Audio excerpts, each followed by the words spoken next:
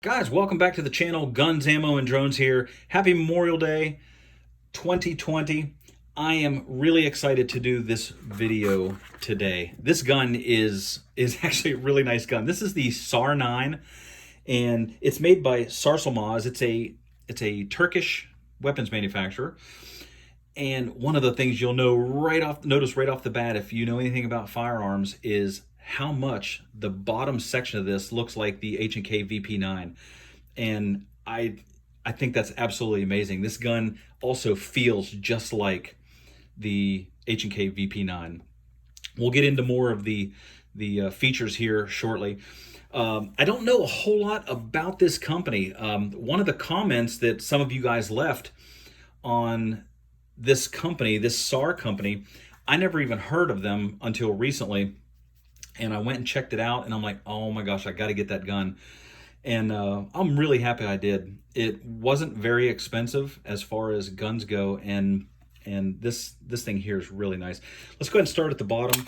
It does come with 2 magazines, and as you can see here, they are 17 round. Now, I don't have the other mag. It's here somewhere in another case, but it does come with 2 magazines. These magazines are made really well, and I don't know who makes these. There are no other markings on them other than what you see right there, and it's just a plain magazine, but it is a really nice magazine. It drops free. The gun actually has a really nice positive eject. Now, of course, the mag is empty, and it's going to eject a lot easier if I had, since it's empty, as opposed to having 17 rounds. But as far as dropping it, it does really well. Now, the gun is unloaded. Okay, there we go. And we're going to start here at the bottom. Glass-filled nylon as far as the grip in here, and then the bottom of the gun, the frame. Really, really nice. And it's got these little cutouts for the magazine in case you do need to get your thumbs up there and your finger to pull that thing out. Now, you'll notice here, it does have finger grooves, and I don't mind finger grooves whatsoever. I do see a lot of videos where they say, oh, I don't want the gun to dictate where I put my fingers. And for me, where my fingers are in these grooves are the exact spot that I would hold this anyway. It's just a fantastic, fantastic grip. You can see here it does have a hump here in the back, and you'll notice that this thing does look just like a VP9. And for all intents and purposes, it almost really is. I'm going to try and get this back off here. These are kind of hard to get out of here. Taking the pin out, you pop that pin out, and then here's your back strap. Okay, it just pops right out. You can see where it fits in there. So it does come with 3 other ones. The one that I have here is the medium. Okay, so that's the one that came with the gun. It does have a large, and it has the small. Okay, so I found that the medium fits really good for me. Now, one of the things that, if you do have an H&K, or even if you don't have an H&K and you've never seen this system before, this is actually really innovative, and I'm really glad that they do this. So you've got the back strap that you can change out, but you also have these grip side panels. Now you can see there's a track here, and they just kind of slide in like this, okay? And then your back strap holds them on. These just slide right out, okay? And then it does come with 2 other sizes, so I don't know exactly which ones I have on it right now. Okay, so I've got the mediums on right now, and the nice thing about these, now here's a small one, okay, and they fit exactly the same way. They just, oh, sorry, I got the wrong one on. Here we go. Let's put this one on right here. All right, so here's the small, and the small, they all feel great, but the cool thing is, let's say that you prefer to have something a little bit bigger on this side, okay? So you can take out the small, or take out the medium, or whatever, and then where's the bigger one at here? And then you can put this one back on.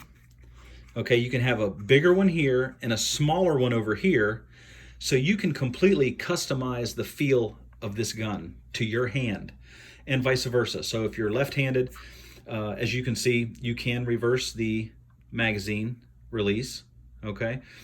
And you can completely customize how this gun is going to be for you. And I think that is just quite amazing that you can do that. And then basically just put the back strap back on, put that pin back in, and you are ready to go. I will tell you that the day that I picked this up from the FFL, number one, I looked at it and I thought, damn, this is a fantastic looking pistol.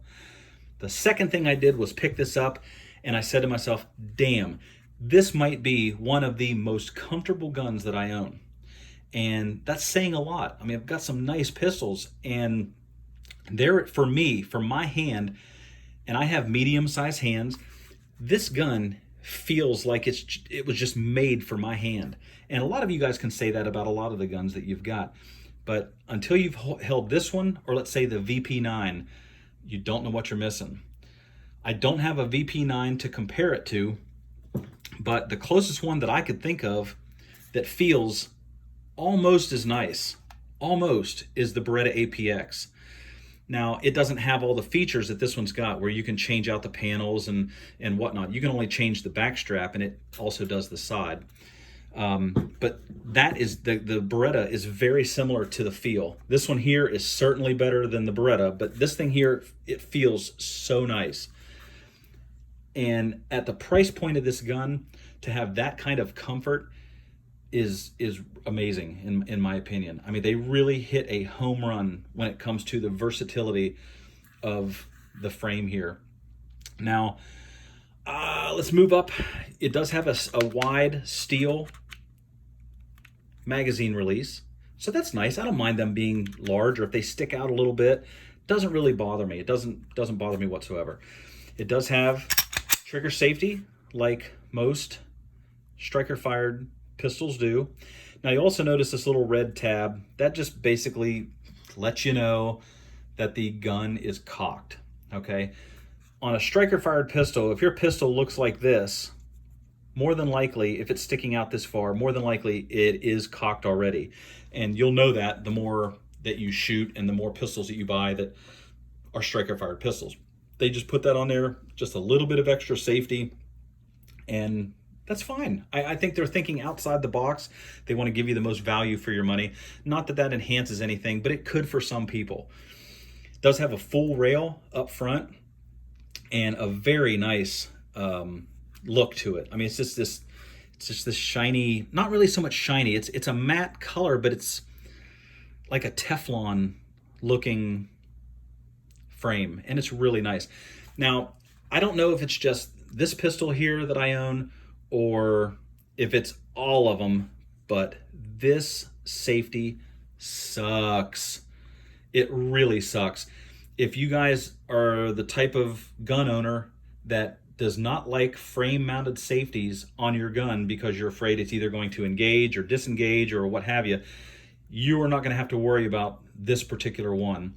I'm hoping that all these are not like this, but this thing is super hard to get up there. I mean, this is the hardest frame mounted safety that I have on any pistol. It's pretty difficult. I'm hoping that it wears out a little bit, or wears in, or whatever you want to call it. But it is not a very user-friendly safety. Putting it down is much easier. You can use your thumb with a lot of force, but I'm trying the best I can to use the side of my thumb to engage that safety, and I just can't do it. And it does have to be moved up. I'm hoping that it will loosen a little bit. I've tried to grease it up a little bit to make it just a little bit more easier to do, but to no avail. It does have your slide stop and your slide release, which it does act as a slide release, which I really like on these pistols, because after your last round, you eject the mag, put in a new mag. My thumb is already right here, so I'm already doing that instead of coming all the way up here and racking it again. So I like it when it's a slide release. Some of you don't. It's a personal preference. No problem. So here's your takedown lever. These are really, really neat.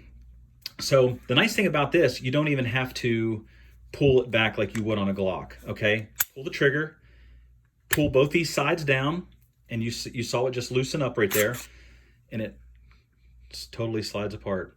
And it looks just like a Gen 4 Glock inside. for the most part. I mean, look how familiar that looks. I don't want to take the time to grab my Glock 17 because that's about the size of this gun. But very, very, very similar as far as interior. Okay, here is the dual capture recoil spring.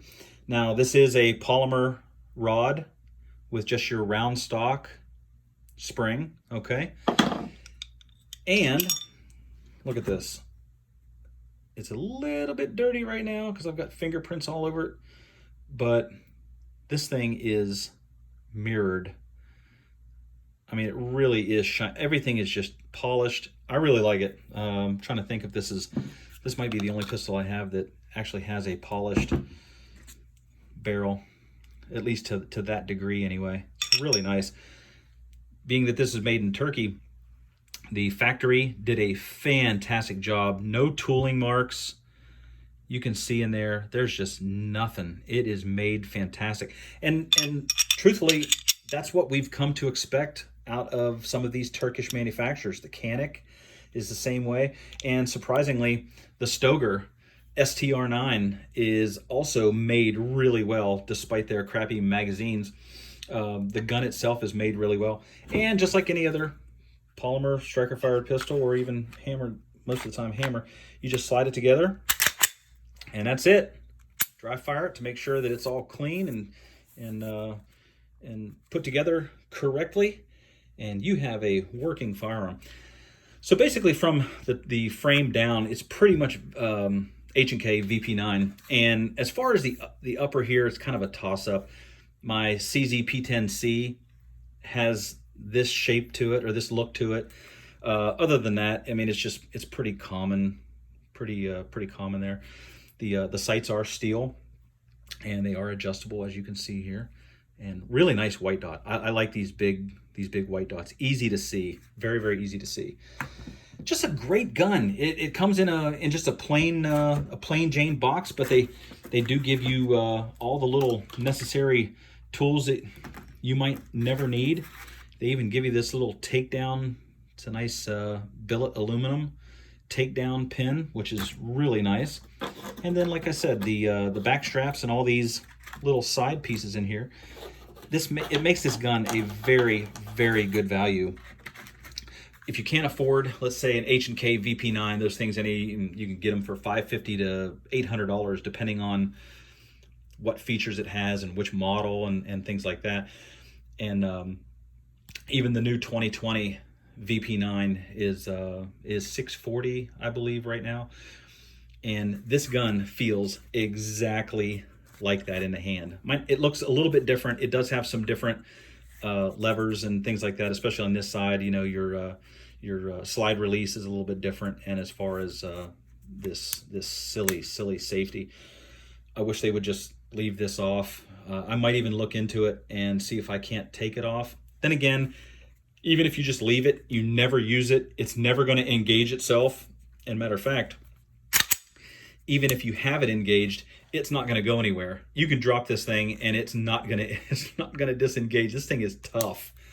I don't know exactly how much poundage it takes to do that, but it takes quite a bit. I'm thinking it's going to work itself in. But as you can see, the gun's pretty impressive. It's just a beautiful gun, and it is a full-size gun, but it feels really, really nice. So if you're in the market for another really nice looking VP9-ish type of pistol, but you want to spend less than half of what the VP9 is, then you're probably going to want one of these. There's the name right there, Sarsilmaz Sar USA. They sell these out of Alabama, and these are Turkish. But if you don't have a Turkish gun, do a little bit of research or watch a lot of these videos. I have quite a few Turkish guns that I've done reviews on, and you'll quickly come to understand that Turkey does produce some really quality firearms, and most of their factories are the real good factories. The ISO 9001 factory, and that means they're state of the art. and they have a lot of guidelines that they have to follow in order to sell to the United States. Great gun. You can pick these up for about $300, $289, $285, something like that. And Gunbroker is really one of the best places to go. I know I say Gunbroker just about in every one of my videos, but that really is a really good site to use to buy firearms. Number one, you can find them much cheaper on Gunbroker than you normally could at your gun store, because there are a bunch of sellers that are wanting to sell their pistol. So they're willing to, give a little bit lower price sometimes. And then sometimes you'll find these ones where they're just much higher.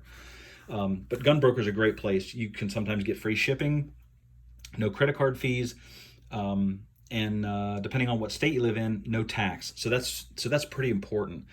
You could save quite a bit of money by going through them, as opposed to trying to find one of these at your gun store. You probably would run into a little bit of an issue finding some of these at your local gun store. Again, depending on where your gun store is and what they have in stock.